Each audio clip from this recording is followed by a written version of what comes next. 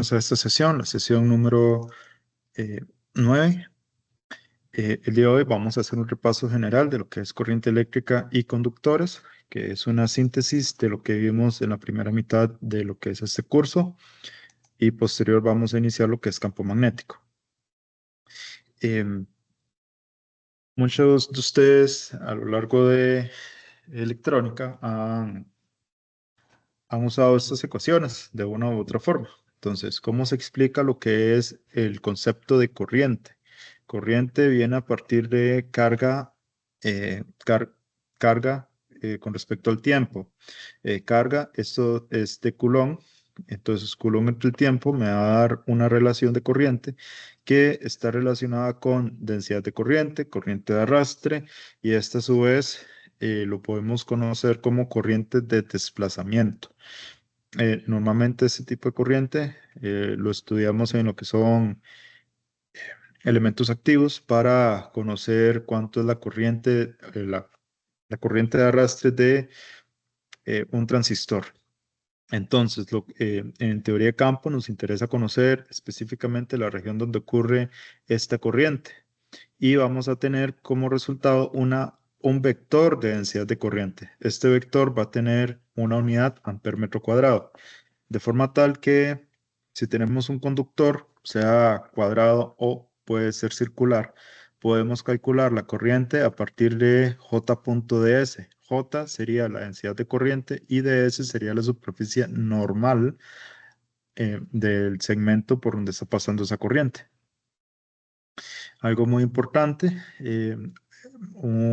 esta cuestión que tenemos acá, carga tiene unidad de Coulomb, tiempo tiene unidad de segundo. Eso quiere decir que carga entre segundos, en este caso vamos a decir que es igual a corriente de arrastre por área. Y eventualmente, si J lo multiplicamos por el área, nos va a quedar como resultado amperios. Normalmente habíamos calculado lo que era la carga encerrada en un cubo o en una esfera. Esta carga encerrada lo calculábamos con la ley eh, carga encerrada. Lo podíamos calcular de dos formas, con Maxwell o utilizando Gauss.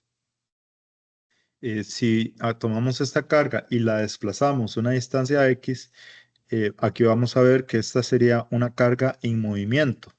Esta carga en movimiento va a tener entonces un cambio de X con respecto al tiempo y vamos a tener como resultado entonces nuevamente lo que tenemos con densidad de corriente que está relacionado con la carga, la densidad de carga volumétrica, la velocidad, la densidad de carga y la velocidad. Y entonces podemos hallar de esta forma, integrando ambos elementos, esta nueva propiedad. J es igual a ρv por velocidad. ¿Qué teníamos al inicio? J igual, bueno, I entre área, corriente entre área, y ahora lo podemos relacionar con la velocidad. Muchos de estos conceptos, cuando involucran tiempo, estas son cargas en movimiento, requieren de un análisis un poco más minucioso para resolverlo, lo que es el uso de ecuaciones diferenciales eh, y a veces de segundo orden. Entonces, J es igual a al desplazamiento de la carga volumétrica por la velocidad. En esta ecuación entonces demostramos que las cargas en movimiento constituyen una corriente eléctrica. ¿Y qué es corriente eléctrica? Corriente eléctrica es el flujo de electrones que se mueven a través de un conductor. Flujo de electrones. A esta corriente también se le conoce como corriente de convección, conducción o arrastre. Entonces, aquí se representa a partir del flujo de partículas y normalmente van a estar presentes en fuentes térmicas, luminosidad, eléctricas, campos magnéticos, lo que sería campos eléctricos y entre otros. Entonces, ¿qué otros tipos de corrientes conocemos a nivel de electrotecnia? Aquí podríamos agregar lo que corresponde a corriente de... ¿Qué otras corrientes tenemos? bueno, a nivel de motores eléctricos, las corrientes de Foucault, y a nivel de semiconductores, las corrientes de desplazamiento, que son las mismas estas corrientes terrestres, vienen a ser lo mismo. Ahora, estas corrientes están implícitas en lo que llamamos semiconductores, que es la energía que necesita pasar de la banda de conducción a la banda de valencia para poder conducir. Semiconductores, tenemos el diodo, que es el semiconductor elemental, luego tenemos los diodos MOSFET, los BJT, el DIAT, el TRIAT, el tristor y todos los que siguen de electrónica de potencia. Acá tenemos lo que es la corriente de desplazamiento. Primero tenemos la corriente de difusión de la junta PN, que esta es una de las corrientes que tenemos, y entonces la corriente de difusión de la junta PN y la corriente de desplazamiento. Esta corriente de desplazamiento vemos que tiene un rotacional de H. H viene a ser una intensidad del campo eléctrico, que esto es igual al rotacional cruz H, que es igual a J, el desplazamiento de J más la derivada parcial de D con respecto al tiempo. Nosotros habíamos calculado la densidad del campo eléctrico, sin embargo no teníamos la variable tiempo, puesto que agregarle este factor ya sería campos magnéticos no estables, sino dinámicos. Por otro lado, si queremos calcular este J, la densidad de corriente, podríamos hacerlo perfectamente. Para este problema, este planteo, dice, calcule la densidad de corriente J de P, si P tiene el punto 3 metros, 30 grados y 2 metros. Esto sería cilíndrico. Rho, phi y z. Y calcule la corriente total que fluye a través ortogonalmente de la banda circular, 3 metros, phi de 0 a 2 pi y z de 2 a 2.8. Aquí lo que tendríamos que hacer es primero hacer una sustitución, 10 por el radio al cuadrado, que sería 3 al cuadrado, por el z, que sería 2, en dirección radial, menos 4 por 3, coseno de 30 al cuadrado, en dirección phi. Ahora sí, ¿cómo hacemos para calcular la corriente total? Corriente total viene a ser la integral de eh, un área que tenga esta dirección vectorial y otra área que tenga esta componente vectorial como dirección normal. Vamos a hacer el análisis de este problema acá en esta hoja. Primero, necesitamos de, una ayuda. ¿Qué herramientas tenemos? El día de ayer se les compartió una tabla. Esta tabla es una tabla de fórmulas un poco más amplia que la que teníamos. Esta la pueden usar para todo lo que conlleva el segundo examen, la segunda evaluación.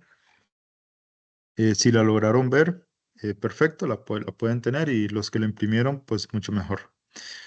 Entonces, descargamos ahí la hoja. Sería el formulario. El formulario tiene el nombre de Fénix. Y entonces, ¿cómo usamos este formulario? Primero, si nos cuesta un poquito todavía hallar las áreas, nos vamos a esta parte, página, a ver, 8 o 9, a ver, más abajo. Aquí. Muy bien, ya llegamos. Página 15 sería. Justamente en la página 15 nos vamos a ver por acá lo que es el DL, esta línea. Aquí tenemos lineales, rotacionales y esféricas. Bueno, normalmente son cartesianos, cilíndricas y esféricas en ese orden. Aquí está cartesianas, cilíndricas y esféricas. Y necesitamos un área. Esta área, vemos que si tomamos dos diferenciales lineales y los multiplicamos, y vamos a obtener entonces la multiplicación de esa área y en dirección normal. Entonces, este sería R de Z en dirección radial, dr de Z en dirección phi, r de phi en dirección Z. Ocupamos dos de esas derivadas. Entonces, por acá podemos agregar. Ah, mira, es que se cruzó por acá. Qué interesante. Pensé que era otra hoja. Bueno, no importa. Ya ubicamos las diferentes integrales. Entonces, vamos a hacer el planteo de esas integrales. Vamos aquí a dibujar. Entonces tengo j es igual a 10 r al cuadrado z a sub r menos 4 r coseno al cuadrado de phi dirección a phi. Entonces, para encontrar la corriente es integral de superficie j punto ds. ¿Por qué aparece así? No me explico.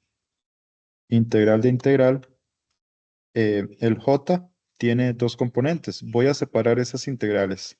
10 r al cuadrado por z, dirección radial, por esa integral, el diferencial en dirección radial. R de phi de z, dirección radial. Más, en este caso puedo sacar el menos a factor común. Integral de integral, 4r cos al cuadrado de phi. Y tenemos en dirección phi, dr de z. Entonces aquí me daría de 0 a, bueno, de adentro hacia afuera, de 0 a 2 pi. En este caso el z va de 2 a 2,8. Aquí el r va de 0 a 3 y aquí de 2 a 2,8. Entonces, integrando esto, aquí me queda una integral de r al cubo. Bueno, puedo calcular acá 2pi por una integral de r a la 4 entre 4.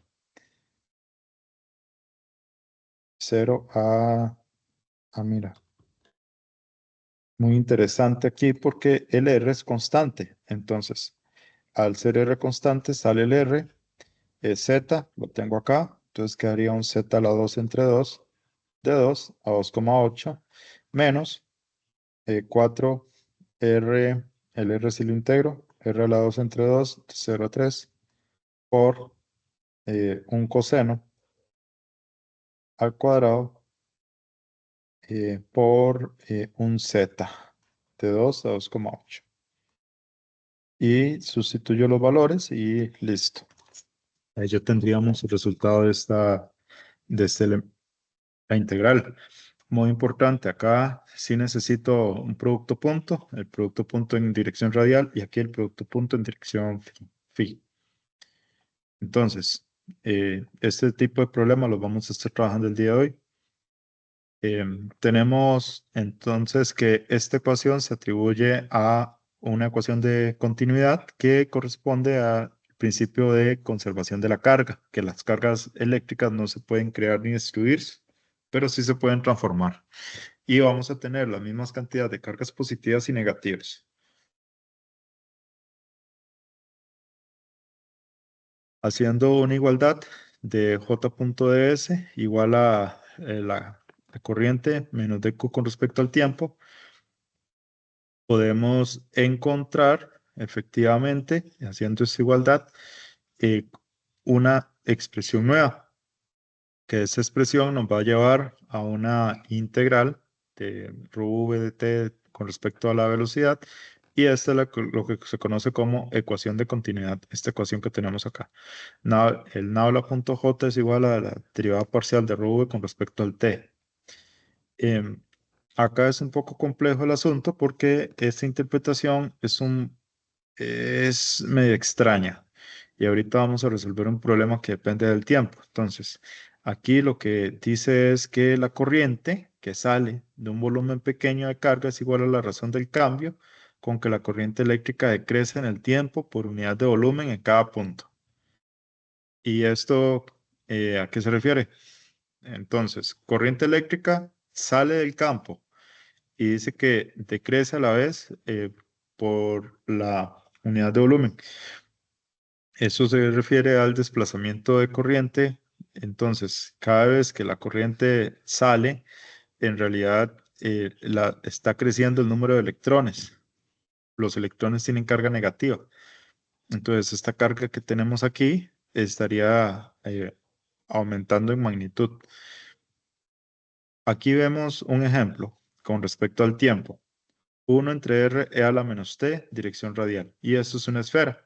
Dice que decrece en forma exponencial con el tiempo. E a la menos t es una curva que decrece. Dice, se desea calcular la corriente total que fluye en un segundo en un radio de 5 y luego en el mismo instante en un radio de 6. Dice que en un radio de 5 la corriente es 23 y en el radio de 6 27,7. Efectivamente dice que la dirección radial decrece. Si ubicamos estos dos en una curva, estaría decreciendo. Ahora, ¿qué sucede? Si queremos igualar esto y aplicar el diferencial de rho v con respecto al tiempo, encontramos aquí igual a nabla punto j, es la divergencia de j, y con esto podemos hacer una igualdad para tratar de encontrar este rho v. Y nos dice que rho es 1 entre r al cuadrado e a la menos t. Estas son condiciones iniciales. Nuevamente el rho estaría decreciendo y decrece en magnitud un r al cuadrado. Y acá se llega a una conclusión que muchas veces cuando trabajamos con estas expresiones de tiempo, vamos a llegar a una conclusión que no es concisa en sí. Es algo muy complejo, difícil de interpretar. Entonces, eh, acá lo que nos dice es que un campo 1 entre r a la menos t, recuerde que este campo tiene dos elementos, dirección, varía con respecto al radio, con respecto al t. No es físicamente posible solo para cuerpos celestes como estrellas. Eh, Entonces, bueno, nosotros no vamos a resolver problemas con respecto al tiempo, que quizás en la última clase se mencione, pero después de ahí no vamos a interpretar esto. Esto quizás se utilice para física de estado sólido, pero lo dejamos hasta ahí. Ahora, ¿para qué nos sirve conocer cuánto es la intensidad de campo eléctrico y cómo se asocia esto con respecto a la corriente? Resulta que a nivel de elementos, sí, elementos activos, tenemos diferentes representaciones. Esos son niveles de carga. Estos niveles de carga tienen una separación entre ellos, banda de conducción, banda de valencia y banda prohibida, que nos ayuda a encontrar lo que llamamos spin, que es la cantidad de electrones que tiene cada uno de los elementos químicos. Eh, a partir de las bandas de energía podemos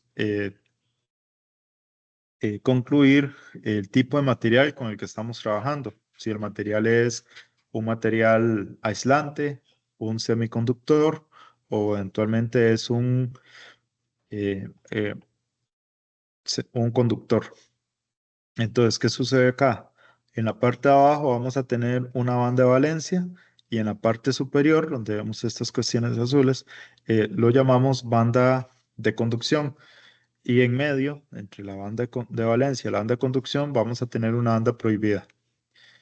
En esto quizás, si no lo han visto, lo van a ver pronto, cuando vean elementos activos, cuando se estudia lo que son los principios del-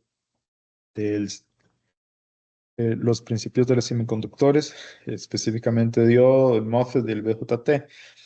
Entonces, aquí hay una ecuación que nos ayuda a resolver este lío.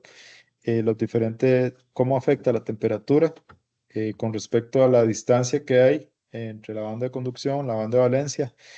Eso se llama la ley de Fermi-Dirac. Fermi-Dirac. Y también por acá entramos en un principio físico que es el principio de Heisenberg, que dice que la probabilidad de encontrar un electrón en el espacio es del 50%. Eso quiere decir que si nosotros queremos demostrar esto, eso se puede demostrar con física del estado sólido, con la ecuación de Fermi-Dirac. Ahora, cuando los átomos se aproximan unos de otros, los niveles de energía se desdoblan en bandas de energía. Y esto se llama principio de exclusión de Pauli. Vamos a ver cómo se desdoblan esos elementos. Vamos por acá. Ustedes pueden tener por acá, digamos, tres. Es que eso está mal puesto. Podemos tener tres bandas de energía por acá. Eh, bueno, en realidad podemos dibujar tres, sí. Justamente este es como el centro, entonces esto se puede doblar. Eh, y justamente por acá podemos tener un material N y un material tipo P. Bueno, al revés, pongámoslo para que se vea más lindo. Un material tipo P y un material tipo N. Acá lo que vamos a tener son huecos, concentración de huecos, y los electrones como que están dormidos. Cuando nosotros hacemos pasar una corriente, estos electrones pasan de la banda de conducción, se desdoblan y de la banda de valencia pasan a la banda de conducción y comienzan a conducir. De ahí que si tenemos eh, un diodo de este tipo, junta PN, ánodo y cátodo y cátodo, bueno, podemos ponerle como una C, normalmente es K, ánodo y cátodo, entonces la corriente va a fluir, siempre y cuando se venza la barrera. En este caso, la barrera de un diodo es 0.7 voltios. En el caso del silicio, 0.3 en el caso del germanio. Entonces, esto es lo que nos dice que las bandas de energía, que se dibuja para cada lado una banda de energía, como la que vemos acá. Entonces, cada vez que se vence esa banda, entonces los electrones fluyen de la banda de valencia a la banda de conducción, pasando por la banda prohibida. La banda de valencia está llena a 0 Kelvin y los electrones no participan en la conducción. Y esta es la banda prohibida, que es la brecha que hay entre ambas bandas, valencia y conducción. Y una vez que llegan a la banda de conducción, entonces ya los electrones sí participan en la conducción. Si tenemos diferentes materiales como los conductores, semiconductores e aislantes, depende de la brecha que hay entre cada uno de esos conductores, así va a ser la capacidad que tengan de fluir de valencia a conducción. Entonces, aquí están traslapados, es más fácil romper esa barrera. Acá están más o menos cerca, se puede dopar para que esta brecha sea doparlo con tipo N o tipo P. O eventualmente en los aislantes, esta brecha es difícil de romper. Entonces, básicamente por acá no va a haber conducción. Eh, Acá está implícita dos propiedades muy importantes, que es, esto va a depender de las propiedades constructivas propiamente y del tipo de material. Vemos que aquí en los conductores tenemos plata, cobre, oro, aluminio. En el caso de los semiconductores, silicio, germanio o los compuestos, arsénico, galio y fósforo, indio. Y en el caso de los aislantes, el diamante, el óxido de silicio y el nitruro de silicio. Eh, Esto es importante comprenderlo, puesto que nosotros estamos viendo lo que es el campo electromagnético y vamos a tener que ahora utilizar propiedades de estos elementos, conocer cuánto es la permeabilidad del material para ver cuánta capacidad tiene para producir un campo magnético. En este caso tenemos los aislantes, los semiconductores y los conductores, y aquí vemos el silicio y germanio, el silicio 1.2 electron volt y el germanio 0.67 electron volt. Si esto es positivo y alto, 5 o 8, entonces es más difícil, los átomos, los electrones están fuertemente ligados al núcleo. Ujú. Aquí tenemos lo que son los conductores metálicos. Los conductores metálicos, aquí tenemos una fuerza. Esta fuerza está relacionada con campo, eh, eh, esta es la carga, carga del electrón, el campo eléctrico. Y tenemos desplazamiento, este es el mu del electrón, 56, 32, 48, 12, eso es centímetro cuadrado voltio segundo. Entonces, esta velocidad de la velocidad de la permeabilidad del electrón por el campo eléctrico.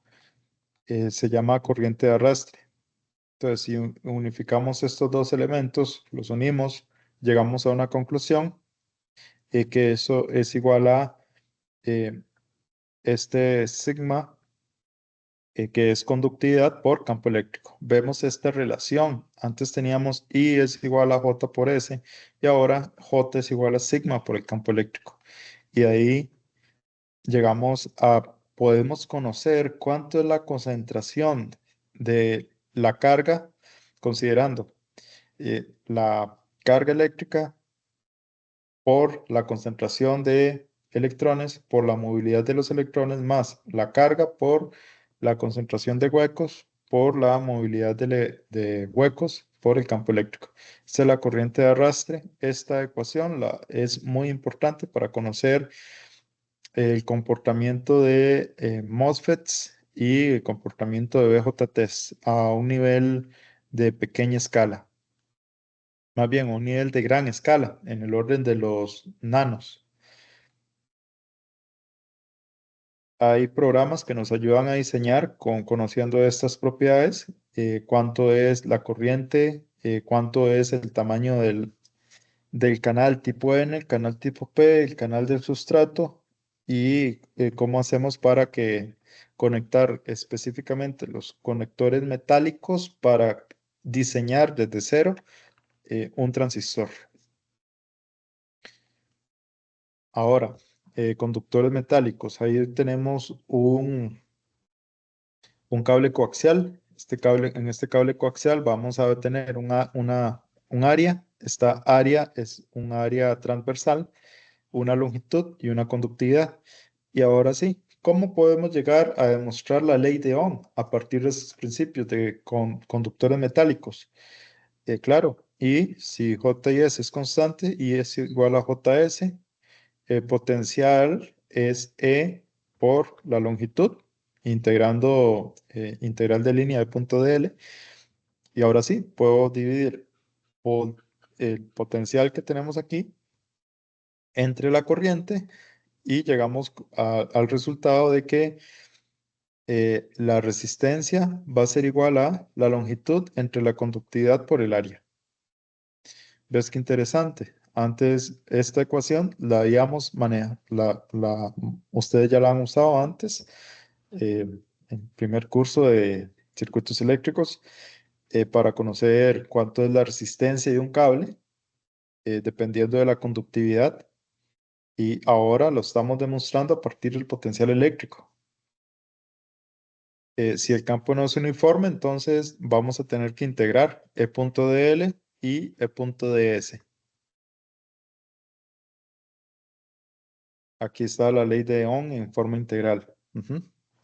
Ahora, tenemos condiciones de frontera. Estas condiciones de frontera me facilitan muchísimo lo que es el trabajo. Si yo tengo una carga positiva, tipo espejo, vamos a tener otra carga reflejada en la misma magnitud, considerando que existe una superficie potencial de magnitud opuesta. Entonces, si tengo una carga positiva, voy a tener una carga negativa en el lado opuesto. Y esto me facilita bastante, puesto que utilizando el concepto de dipolo, eh, este problema se puede resolver de una forma más trivial. Ok, vamos a ver. Acá hay dos condiciones frontera. La primera, vemos aquí que tengo dn, dt y el flujo, y aquí el campo eléctrico. Y tengo dos figuras, un rectángulo y un cilindro. Y justamente están partidos a la mitad. Entonces, la, la primera condición frontera me va a decir que el campo transversal es igual a cero y la segunda me va a decir que el dn es igual a un ρs. Y el ρs es una densidad de carga superficial. Basado en estos dos conceptos, que el campo eléctrico transversal, que es igual al dt es igual a 0, y el dn es igual a campo eléctrico menos el ρs, aquí tengo un ρs, entonces se cumplen esas condiciones. El campo eléctrico entre el conductor es 0, el campo eléctrico es normal a la superficie, y la superficie del conductor es una superficie equipotencial. Para este problema, tomando esto como ejemplo, yo podría, dice, potencial V en el punto P de un cuerpo sólido es 100 x al cuadrado menos y al cuadrado, el punto P 2, menos 1,3 ubicado en la frontera entre el conductor y el espacio libre. Determine el potencial V en P, sustituyendo este punto en esta función. El valor geométrico que representa todos los puntos con V igual a 300. ¿Dónde se ubica específicamente ese punto? El potencial del campo eléctrico. Este punto sería igualando este a U es igual a 300 y despejando X en función de Y o Y en función de X. Cualquiera de los dos es válida. Eventualmente me va a quedar una raíz. La función del D en forma general, luego en P. Entonces encuentro D, luego lo sustituyo en el punto P. La densidad de carga superficial ρS y la ecuación de las líneas de flujo. Para esto, entonces, primero sustituimos el punto P, luego despejamos X, me queda más menos raíz de 3 menos Y al cuadrado, dos cilindros hiperbólicos. Esto se puede graficar de forma tal que esto se puede hacer inclusive eh, en software en línea, con Wolfram. Para encontrar E es menos nabla V. Aquí me queda menos 200x más 200y. Sustituimos en el punto P. Luego encuentro D, que D es epsilon por campo eléctrico. Y luego sustituyo en el punto. Eventualmente, esto es un poquillo ahí de álgebra, ¿verdad? Algo que ya hemos visto. Y cumpliendo lo que es la condición frontera, ρS, aquí me falta un ρS es igual a D normal, es igual a la magnitud. Encuentro la magnitud para encontrar este ρS y me da 3,96. Eventualmente se pueden graficar las líneas de flujo haciendo ecuaciones diferenciales, E en función de Y y E en función de X. Para esto, digo, tengo la diferencia entre los términos. Y aquí me queda entonces que XY es igual a E a la C1 igual a C2. Me quedan dos términos porque son dos constantes, porque aquí son dos integrales. Integral eh, de X entre X más de Y entre Y, que al final es un logaritmo. Logaritmo de este más logaritmo del segundo. Como los logaritmos se están sumando, entonces los puedo pasar aquí a multiplicar a la hora de unirlos. Y, ok, aquí, líneas de flujo, esquemas de campo y la función de dipolo que ya lo hemos visto en un momento. Este método de las imágenes es para simplificar los problemas. Entonces, si tengo solo una carga más Q, podría obtener una carga menos Q y utilizar el método de las imágenes. Utilizando el método de las imágenes, suponiendo que hay una superficie potencial de 0, justamente en el centro de los dos, yo podría pasar de este primer plano.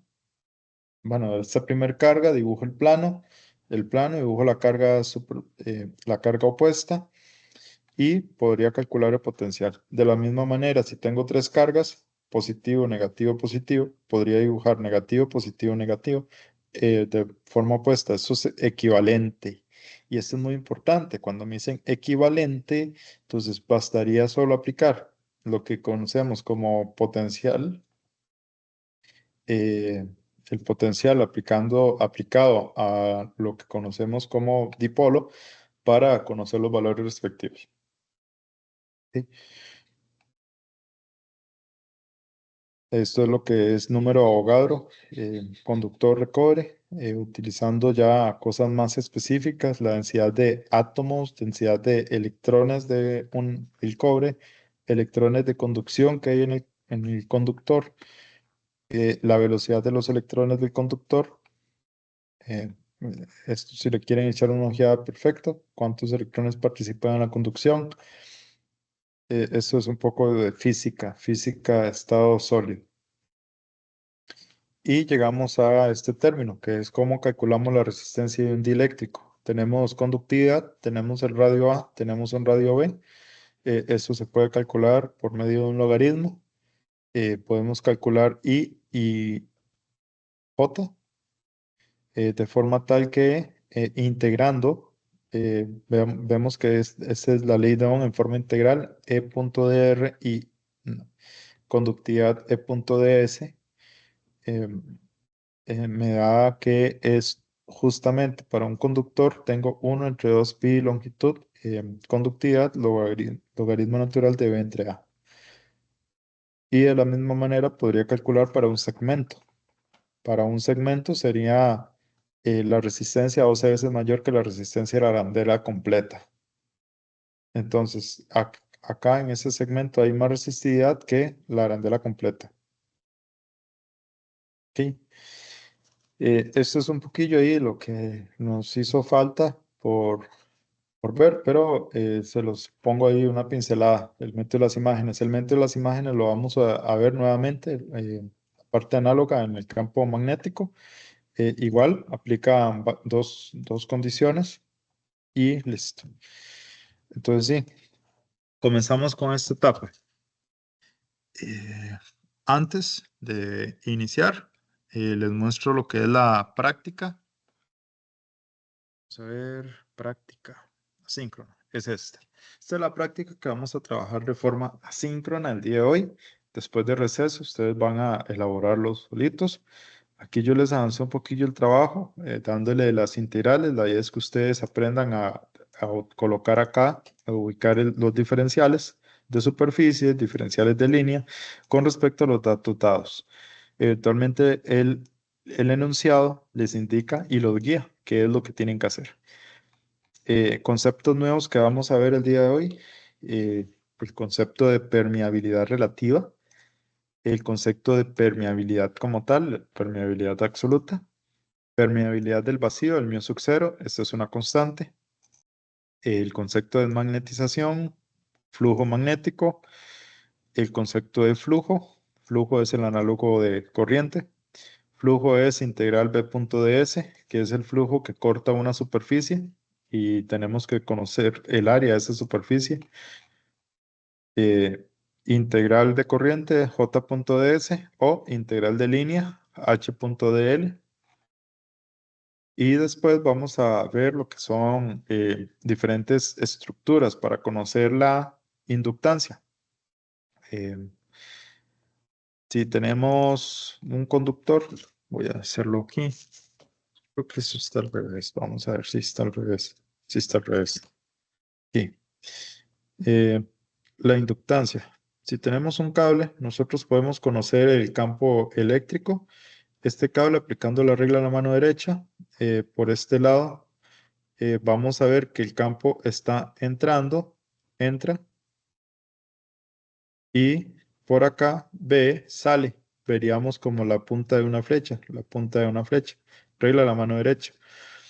Entonces, nosotros podríamos conocer la inductancia de este cable. Esto lo podemos demostrar. La inductancia va a estar relacionada con la corriente. También va a estar relacionado con un μ sub r, μ sub r. Y va a estar relacionada con la longitud. En este caso, esta dirección es dirección phi, 2πr. 2πr. Y me interesa conocer también la longitud de ese cable. Longitud. 2πrl. Eh, R viene siendo el radio y L viene siendo la longitud del cable. Mm, ahí no va longitud definitivamente. Longitud no va ahí. Longitud va por acá. Longitud. Podemos ponerlo así. Longitud. Longitud. Normalmente podemos expresar eso como mu 2 pi r. Ujú. Y la dirección, en este caso, henrios. Y acá podemos obtener henrios por unidad de longitud. Henrios metro. Entonces, en este primer caso podríamos tener un solenoide, luego una configuración de un toroide, luego inductancia mutua de un cable coaxial, la inductancia de longitud de dos conductores cilíndricos, un solenoide. Entonces, estas configuraciones ya son configuraciones dadas, por tanto, no se preocupen, es solo aplicar conceptos matemáticos que ya están ahí en la guía. Entonces, vamos a iniciar. ¿Qué es inductancia para nosotros? Inductancia es la acumulación de un campo magnético. Es un elemento que se opone al paso de corriente, similar a una resistencia. Es un elemento pasivo y acumula campo magnético.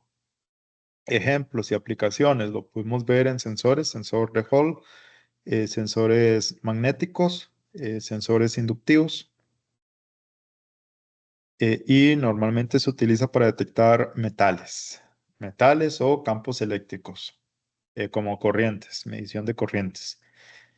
Ahora, tipos de materiales magnéticos. Vimos que los materiales magnéticos los podemos clasificar. Hay materiales no magnéticos, materiales diamagnéticos, paramagnéticos, ferromagnéticos, antiferromagnéticos, dependiendo de la ubicación del spin, de las flechas, de cómo se acomoden en presencia de un campo, en presencia de un imán. Entonces, hay materiales que si usted los acerca a un imán se atraen y en otro caso es sencillamente como el papel, no va a pasar nada. Ahora, estos materiales magnéticos, los Fe-Coni y hierro, cobalto y níquel, son los que nos interesan conocer y retener por ahí esa información. Después tenemos lo que son fuerzas magnéticas, similar al concepto de fuerza, fuerza por distancia. En este caso, también esta fuerza está relacionada con el campo y con la distancia y también con la velocidad. Y aquí tenemos la fuerza de Lorentz. La fuerza de Lorentz explica por qué dentro de un cilindro de cobre, si usted afloja un tornillo, el tornillo cae muy lentamente.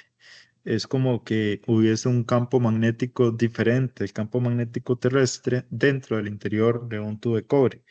Eso se debe a la fuerza de Lorentz y también se puede explicar con ley de Lenz, ley de Faraday y ley de Ampere.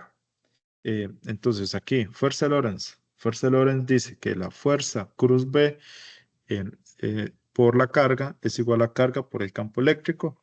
Y entonces podemos sumar estas dos fuerzas, los campos eléctricos y magnéticos. Y estas fórmulas permiten determinar entonces las órbitas de los electrones de un magnetrón. Magnetrón es lo que tienen los microondas internamente. Y la trayectoria de los protones de un ciclotrón y las características de plasma de un magneto y magnetohidrómetro, magneto hidrodinámico, o determinar en ese caso el movimiento de las partículas magnéticas y eléctricas combinadas. Entonces, hay una fuerza que actúa, una fuerza eléctrica, una fuerza magnética. Recordemos que esta fuerza va a ser radial y esta fuerza va a ser angular. Estas fuerzas como tal tienen diferentes orientaciones. Se cortan entre ellas perpendicularmente, se cruzan. Volviendo al concepto, si sustituimos esta ecuación, el de Q, por un rho v de v, y a su vez el rho v de v lo sustituimos con J, bueno, el rho v por velocidad lo sustituimos con el J, vamos a obtener un diferencial en términos de corriente eh, de arrastre y el campo magnético.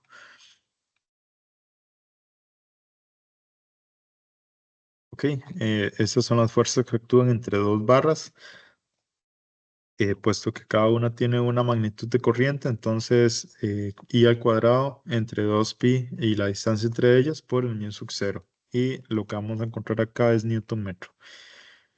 ¿En dónde aplicamos estas cuestiones? Bueno, pues hubo alguien, acá estos principios de magnetismo molecular se explican con los modelos atómicos. Hay como 9 modelos atómicos, Thomson, Bohr, hay otros por ahí. Entonces, Bohr plantea lo que es el magnetismo molecular a partir de un concepto que llamamos spin. Todos los materiales tienen spin y estos spins usted los pueden sumar y ahí los puede completar para ver cuántos electrones contiene cada material. Y esto explica el efecto de lo que es la obtención de imágenes de resonancia magnética utilizando este principio de magnetismo molecular a nivel de moléculas. Los tipos de materiales que encontramos, los diamagnéticos, ferromagnéticos, está de menos a más magnético. Acá tenemos diamagnéticos, tiene una susceptibilidad pequeña y negativa. Paramagnético, susceptibilidad pequeña, pequeña en el orden de 10 a la menos 6, tiene 6 ceros, pequeña y positiva. Ferromagnético, susceptibilidad grande, antiferromagnético, y entonces vamos a ver cuál es la diferencia entre un ferromagnético, antiferromagnético y los ferrimagnéticos. Todos estos, en buena teoría, del 3 al 6, son materiales que tienen un campo magnético bastante estable. Tenemos lo que es la magnetización. La magnetización se explica a partir del momento magnético, que el momento magnético tiene que ver algo similar con el torque, ¿verdad? Que si usted trata de torsionar ese momento, ¿cuál es ese ajuste? Y el momento magnético tiene una unidad de mm, μ, de permeabilidad. Entonces, acá tenemos la naturaleza de los materiales magnéticos. Entonces, esto está relacionado de la siguiente manera. Esto lo ocupamos para uno de los ejercicios que vamos a calcular. Acá tenemos otro ejemplo, casualmente. Consejo, acá, justamente al inicio, por inicio, tenemos esas mismas ecuaciones para que las tomemos en cuenta. Acá están, justamente en la página 7.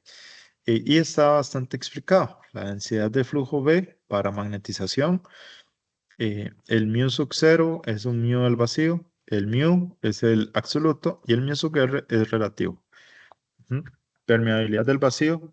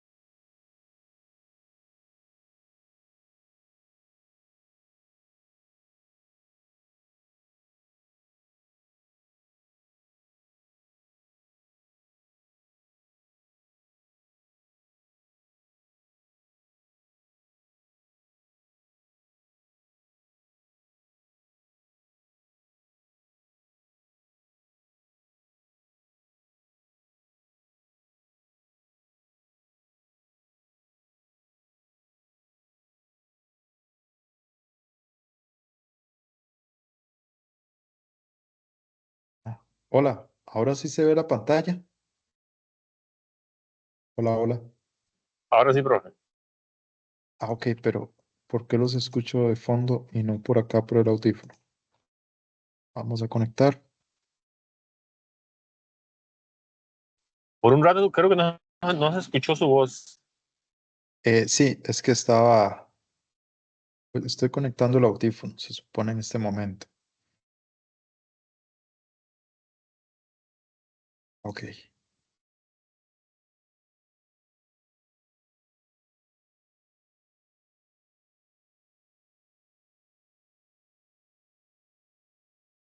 Ya. Vamos a compartir de nuevo. Presentación. Ahí está, listo. Les decía que esta relación campo eléctrico y la intensidad de campo, esta es densidad de campo, Tesla, intensidad de campo, amper metro, están relacionados por medio de una constante, mu sub 0, similar a lo que teníamos la vez pasada, campo eléctrico relacionado con la densidad. En este caso tenemos densidad de campo y la intensidad de campo.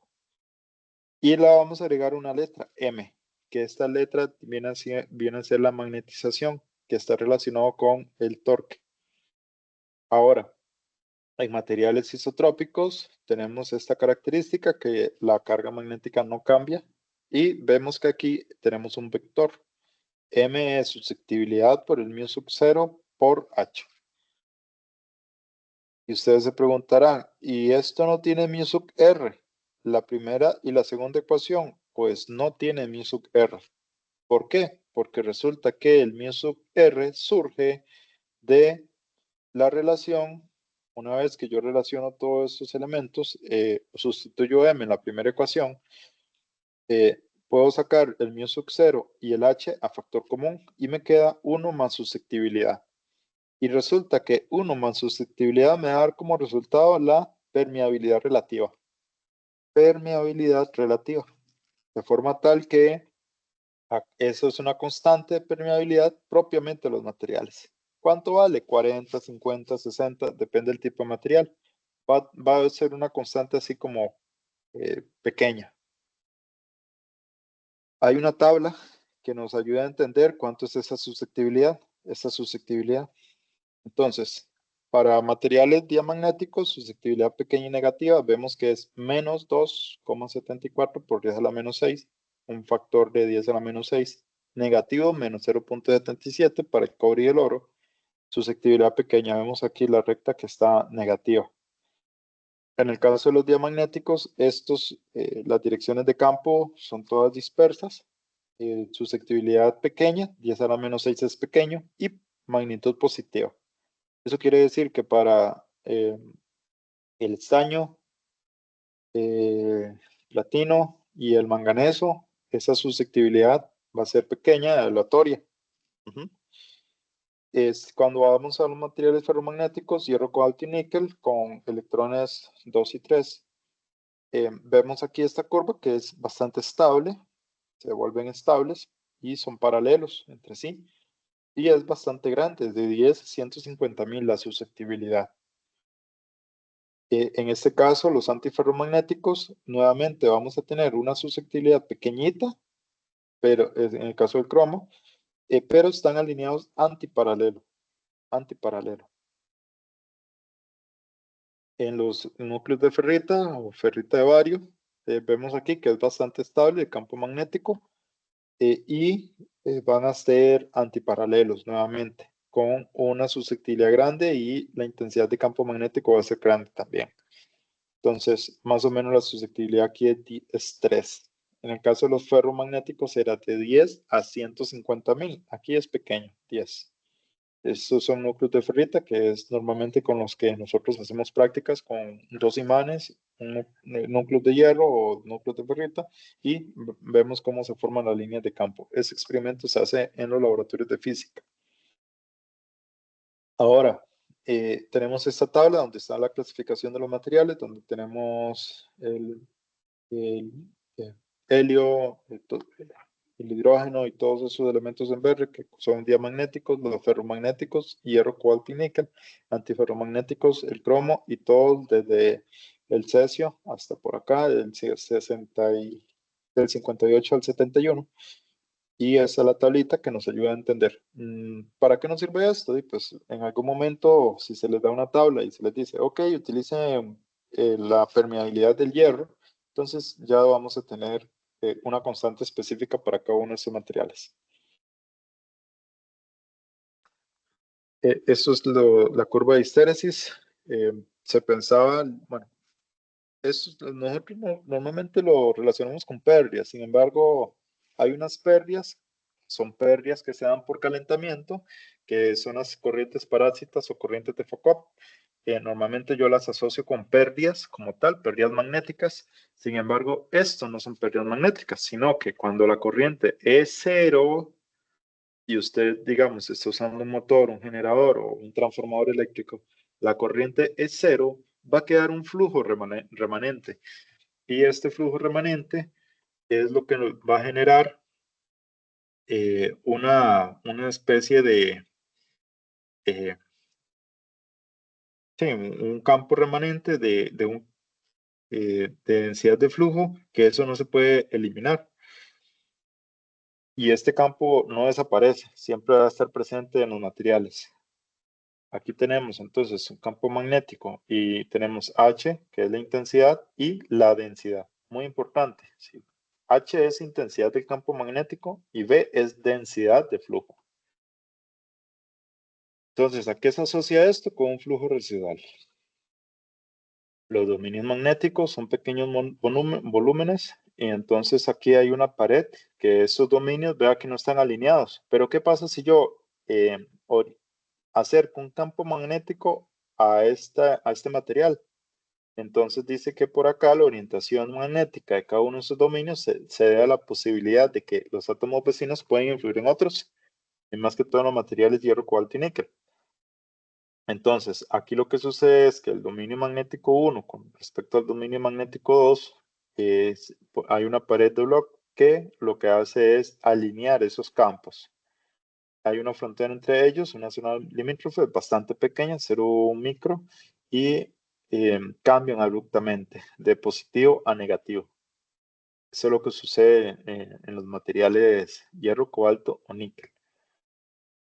Aquí se explica cómo está la parte inversa y la parte irreversible. Bueno, eso es cómo se forman estos núcleos.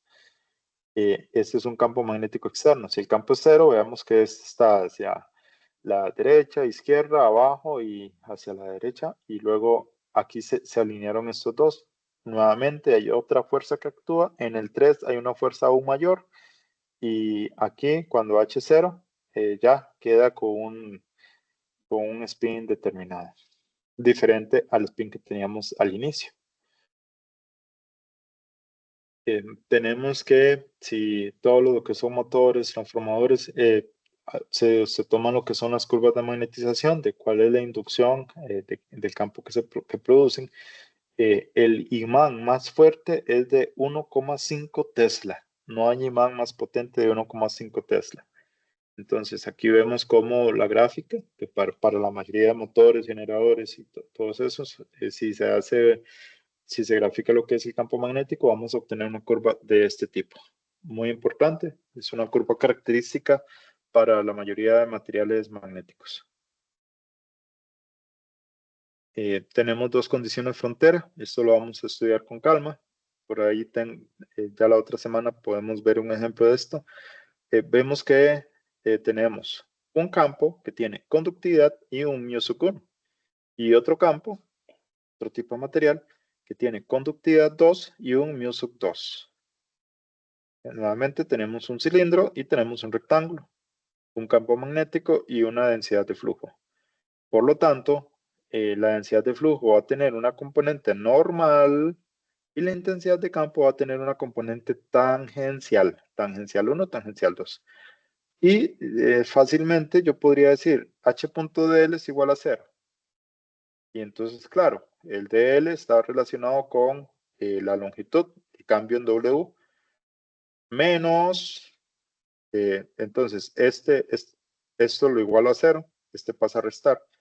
Entonces, vemos aquí en el centro que dice H transpuesto 1, bueno, tangencial, H tangencial 1 por la diferencia en W menos H tangencial 2 por la diferencia en W, y ahí ya puedo encontrar esta condición frontera, cuando no hay corriente. Esto es importante, puesto que vamos a resolver uno o dos problemas relacionados con esto, posiblemente se evalúe en una tarea. Y aquí tenemos nuevamente algo similar a lo que teníamos con ley de Ohm en la forma integral, pero en este caso es con respecto a reluctancia. Tenemos que la reluctancia H.dl entre B.da me va a dar como resultado potencial entre un flujo. Y potencial entre flujo, sustituyendo estos elementos, me va a dar longitud, H se cancela, longitud entre mu por A. Esta es la forma en que nosotros calculábamos la reluctancia de circuitos magnéticos. Ejemplo de los transformadores en la introducción de máquinas eléctricas. Ok, esta reluctancia es una resistencia magnética. Importante reconocerlo porque aquí obviamente esos son los principios que explican los circuitos magnéticos utilizados en motores, generadores y transformadores. ¿Qué unidad tiene la reluctancia? 1 entre H o 1 entre Ohm segundo. Esto es conductancia. Conductancia es lo contrario a lo que es la reluctancia. Y la conductancia magnética se expresa en H. H y ya esto sería Henrys. Aquí tenemos Weber y ampere vuelta. Y Weber entre ampere vuelta sería la unidad de Henry. Esto se explica por medio de la ley de Hodgkinson, similar a la ley de Ohm. Y nosotros en este caso no vamos a calcular meramente, no vamos a utilizar la ley de Hodgkinson, pero sí vamos a calcular el flujo. De otra manera, B.ds, si vamos a calcular flujo, no necesariamente con esta expresión.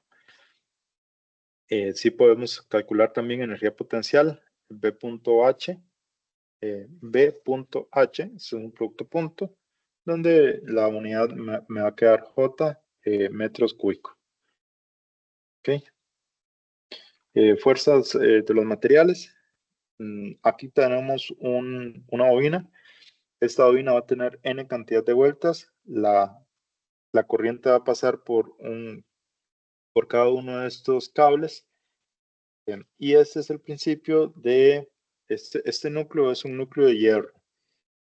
Y vamos a tener un cable de cobre. Por lo tanto, si nosotros hacemos pasar una corriente por este cable, se va a generar un flujo de corriente magnética.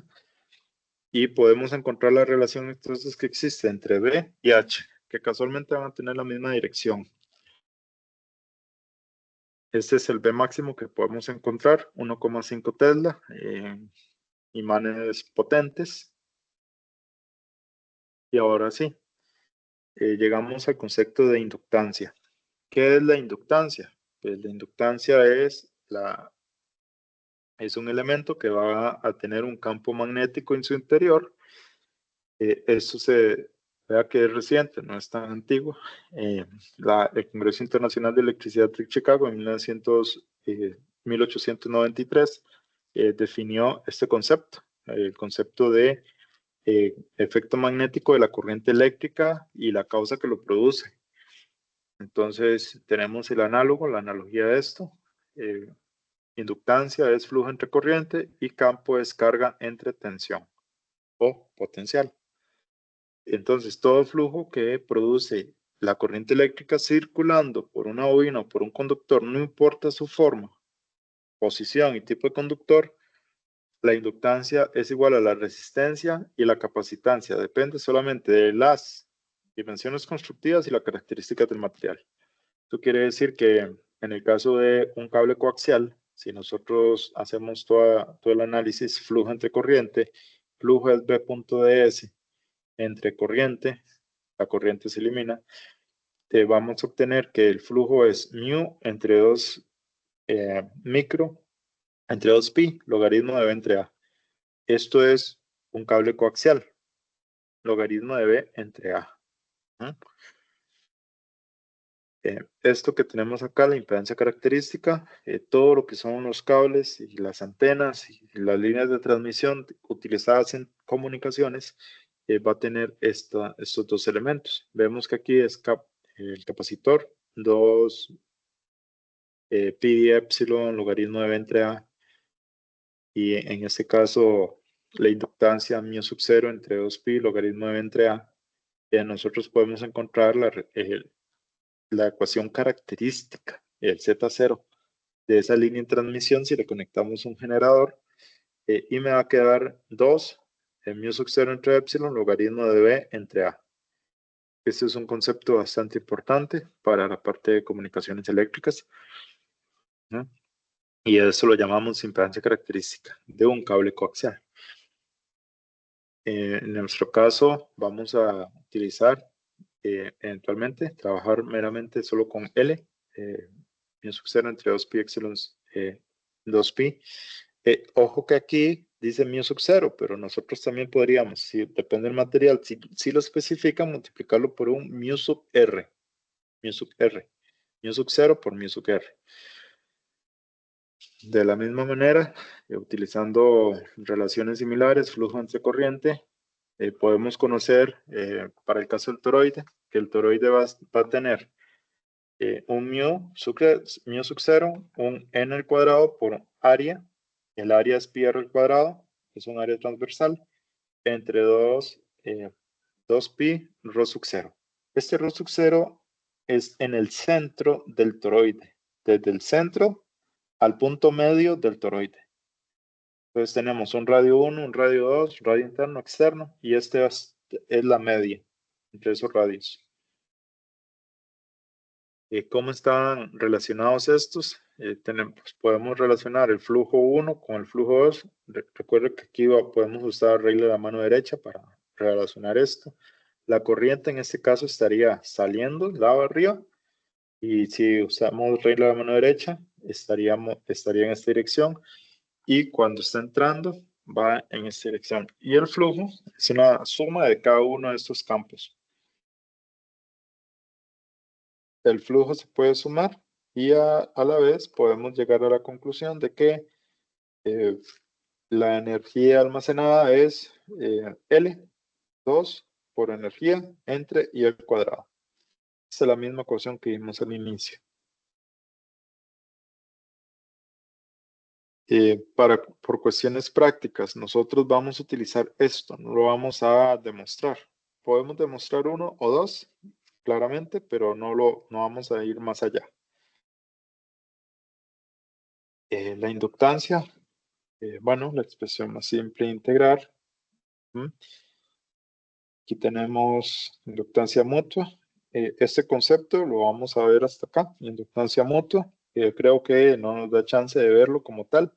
La inductancia mutua es una relación que existe entre, acá tenemos dos cables, corriente 1, corriente 2. Entonces podemos hallar la relación de flujo en 1 y 2 ocasionado por el número de vueltas 1 entre la corriente 2. Que eso es igual, número de vueltas 2, flujo 2, 1 con respecto a la corriente 1.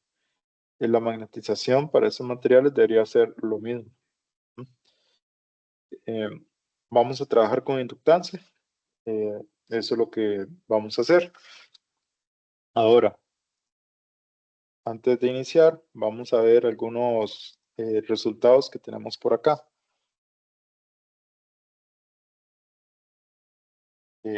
Vamos a resolver esta parte.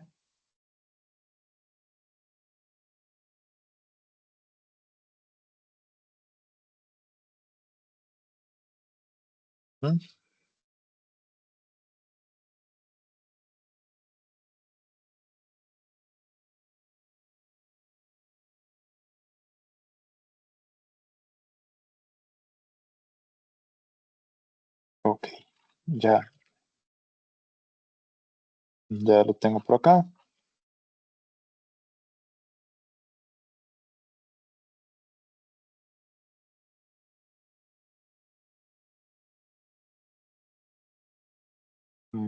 Muy bien.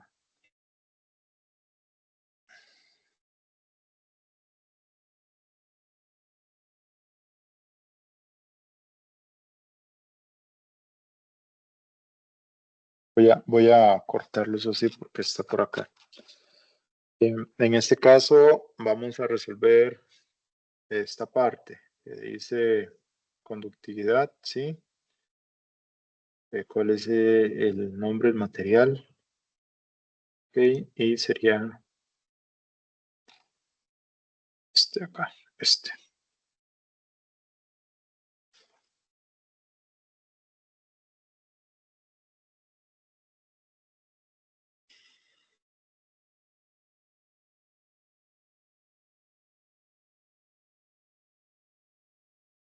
Ok, listo. Vamos a resolver un problema de este tipo. Entonces, este que está aquí.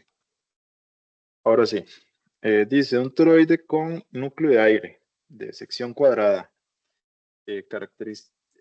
Dice que tiene un radio 1, un radio 2 y una altura de 1.5 centímetros y 700 vueltas. Halle la inductancia L utilizando la fórmula para toroides. Sección transversal cuadrada. La fórmula aproximada de un toroide general, suponiendo que H uniforme a un radio medio. Compare ambos resultados. Entonces, la fórmula general, la fórmula aproximada, y después halle la energía guardada total en el campo del toroide si conduce una corriente de 15 amperios. Vamos entonces a utilizar esta parte, esta parte del formulario, y vamos a irnos a buscar un toroide. Tenemos dos ecuaciones para el toroide. ¿Cuál usamos? Ambas.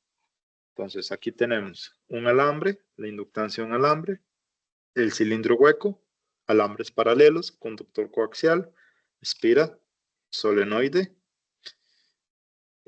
Aquí hay que tener cuidado con esta parte porque algunos ya están dados por acá, que dice que estos 10 microhenries. Entonces, en el caso del solenoide, la respuesta que vamos a obtener va a ser en microhenries. Y todas las longitudes tienen que estar en metros. En este caso también va a ser microhenries la respuesta. En este caso también microhenries. Entonces, ¿qué figura es esta? Esto es una bobina de una sola capa con núcleo de aire y bobina también con núcleo de aire. No nos sirve. Lo que ocupamos es este toroide. Este toroide, el resultado va a ser en henries y aquí también en henries. Hay que tener cuidado porque parece que aquí pusieron que eran milihenries. Entonces vamos a ver ahorita el resultado que nos da, a ver si es milihenries o henries. Yo pensaría que es henries. Entonces, vamos a copiar esta figura y vamos a responder este problema que se nos plantea. Una vez me llevo a la figura número 2 y listo. Ahora sí, alguien que tenga una calculadora por ahí disponible para poder hacer el cálculo matemático y entonces vamos a iniciar. ¿Qué pasó con esto que no quiere? Ahora sí. Primero hay que revisar si por acá no se especifica un mu diferente al mu sub 0. No se nos da. Entonces, L es mu sub 0, es una constante de permeabilidad del vacío, por un n al cuadrado, 700 al cuadrado, por una distancia A. Esa distancia es la altura. Acá la altura dice que es 1.5 centímetros. Eso indica que es 0,0 entre 100, 0,15. 1, 2. No, me pasé un 0. Entonces sería 0,15. Ahí está bien. Entre 2pi. 2pi. Logaritmo de los radios. R2 entre R1. R2 es el radio superior y R1 es el radio inferior. y ya no pude borrarlo. Como que se pegó toquecillo. Voy a hacerlo aquí. Mu sub 0 por 700 al cuadrado por 0,015 por un logaritmo. Estos radios están en centímetros, los puedo dejar ahí en centímetros porque los centímetros se van a cancelar. 82 entre 80. Y aquí entre 2 micro. Ok. Y eso me tiene que dar similar a este otro. Entonces aquí hay que calcular el área. Pi r al cuadrado es el área transversal. ¿Cómo encuentro r al cuadrado? Que conste que este r al cuadrado es el área que está aquí interno. Voy a poner acá r. El diámetro es 2 centímetros. El radio es 1 centímetro. Por lo tanto, el radio R que yo quiero aquí es 0,01 metro. Entonces, de una vez puedo ya calcularlo. Y el radio medio, obviamente, sería 80, la diferencia entre ellos, 81. Entonces, tendríamos mu sub 0 por 700 al cuadrado por pi r al cuadrado, 0,01 al cuadrado, entre 2 pi r. R es hasta el punto medio. Entonces sería 2 pi y el radio medio es la diferencia que hay entre 80 y 81, el punto medio entre ellos sería 0,8. 0,8 metros. Y ya, estos dos datos nos tendrían que dar similar.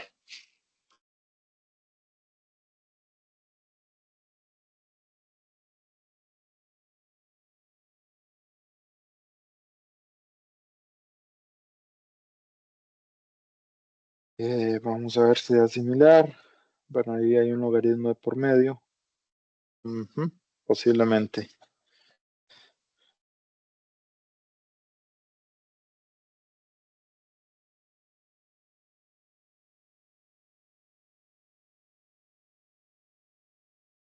Vamos a revisar. Disculpen con esto.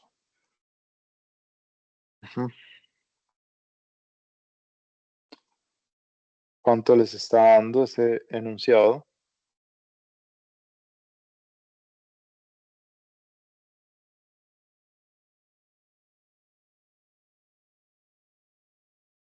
¿Sí?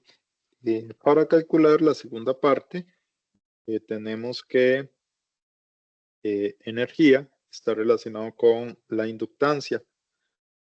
Y entonces tenemos que energía de un campo magnético es igual a la inductancia por una I al cuadrado entre 2. Y necesito el valor de la inductancia, multiplicarlo por I al cuadrado y dividirlo entre 2. Ambas energías, puedo usar el L de arriba o el L de abajo, ambos deberían darme casi lo mismo. Entonces cualquiera de los dos me sirve para calcular la energía total.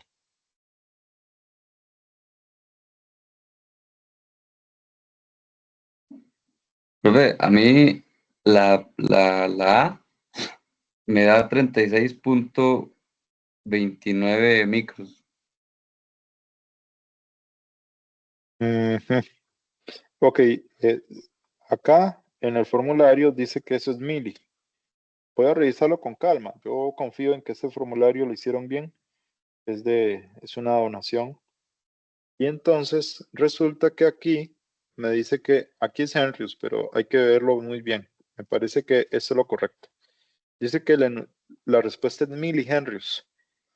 Entonces, si usted le dio micro, mira, que no es posible.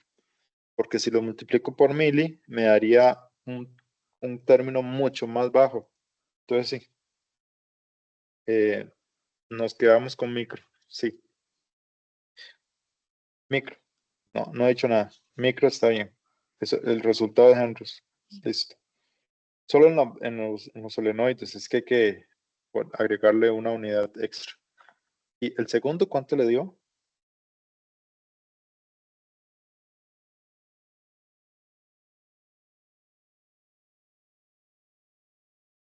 Me refiero a esto, ¿verdad? Que este formulario posiblemente acá me dice que es Henrys, aquí es Milli. Entonces yo voy a tomar que es este, Henrys.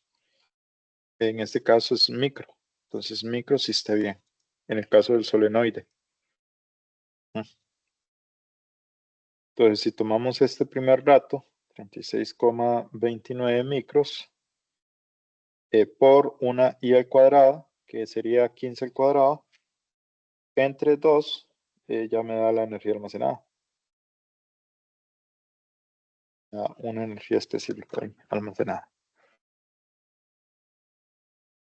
Ok, muy bien. Entonces, bueno, pues tomamos un descanso, que puede ser de unos 30 minutos. Los que se quedan por acá y quieren continuar, perfecto. Seguimos con esta clase que es asíncrona. Vamos a aplicar los conceptos de permeabilidad, susceptibilidad, densidad y magnetización para este problema. Luego vamos a encontrar lo que es el DS para cada uno de estos, considerando ahí los datos que me dan iniciales. Hay que leer el problema, ¿verdad? Para estar seguros. Y yo los voy a ir guiando para la resolución de este problema. Inicialmente les aconsejo que hagan primero la segunda parte. Inicien con esta parte, que es identificación del sistema, la configuración que para cada uno de estos, un solenoide, un toroide, un cable coaxial, conductores cilíndricos, ¿verdad? Bueno, esta práctica como tal, la solución, porque esto es guiado, de momento yo les voy a hacer el planteo y podemos revisar ahí los que ustedes consideren necesarios. Esta va a ser la tarea que ustedes van a subir, entonces van a subir la solución de estos enunciados. ¿Cuántos son? 9 problemas. Como les digo, la vamos a iniciar ahora. Si hay algo pendiente, podemos verificarlo la próxima semana, pero esa es la tarea que ustedes van a tener que completar para la siguiente sesión. En la próxima clase vamos a trabajar lo que es la ley de Biot-Savart y la ley de Ampère. Nada más, dos conceptos que creo que es lo más complejo que nos tocaría. De aquí, de esta parte, sí, vamos a evaluarlo en examen. Recuerde que estamos en semana 9, nos quedan 2 semanas presenciales y el examen. Semana 14 quedó el examen, me parece, pero ya estamos casi, ¿cuánto queda? Un mes, poquitico. Ok, tomamos el receso. Los que quieren iniciar, pueden iniciar. Esto está en el campus y también está en el WhatsApp. Tomemos un descanso y en este momento paro la grabación. ¿De cuánto? 30 minutos, puede ser. 30, 7.